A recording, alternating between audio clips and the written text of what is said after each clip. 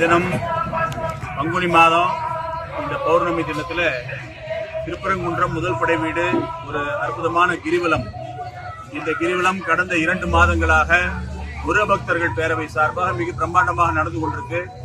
காரணம் நமக்கு எல்லாமே தெரியும். இந்த முதல் படை வீடனுடைய மலை உச்சி தீபத்தூண்ல கார்த்திகை தீபம் ஏற்ற வேண்டும் என்பதற்கான உத்தரவை மாண்புமை உயர்நீதிமன்றமானது வழங்கியிருக்கு. ஆனால் அதை நிறைவேற்றாம அதை வேண்டுமென்று அதை நகர்த்தி போட்டு இந்துக்களுடைய முருகபக்தர்களுடைய முதுகலை நயவஞ்சகமாக குத்திருக்கிறது இந்த இருக்கக்கூடிய அரசாங்கம். அதை சார்ந்திருக்கிறது.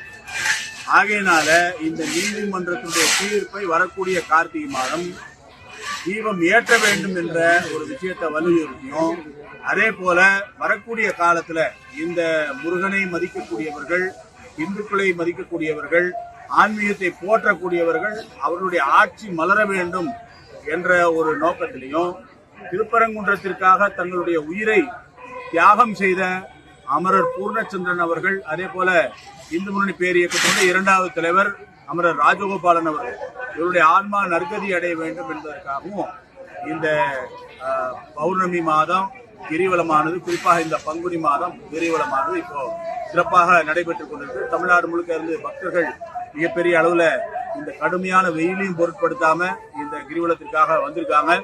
இந்த கிரிவலமானது ஒரு மிகப்பெரிய மாற்றத்தை ஏற்படுத்தும். ஆன்மீகம் என்ற ஒரு விஷயம் தமிழ்நாட்டுடைய அடிப்படை.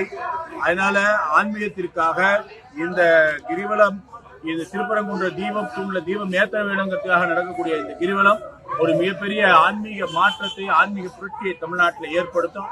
அதற்கான வேலையை நிச்சயமாக தமிழக மக்கள் வரக்கூடிய ஏப்ரல் இன்னைக்கு 1ஆம் தேதி 23ஆம் தேதி அன்றைக்கு நிச்சயமாக சொல்லுவார்கள். வரக்கூடிய கார்த்திகை மாதத்தில் திருக்கார்த்திகை தீபத்தன்றைக்கு நிச்சயமாக மலை உச்சி தீபத்தூண்ல யார் தீபம் ஏற்றுவதற்காக அவர்கள் ஆதரவு தெரிவிக்கிறார்களோ அவர்களுக்கு தான் இந்த முறை நிச்சயமாக மக்கள் முருக பக்தர்களுடைய வாக்கு இருக்கும் என்பதை வலியுறுத்தும் விதமாகத்தான் இந்த கிரிவலமானது நடந்து. வேற ஏதாவது கேட்குமா? வேல் முருகனுக்கு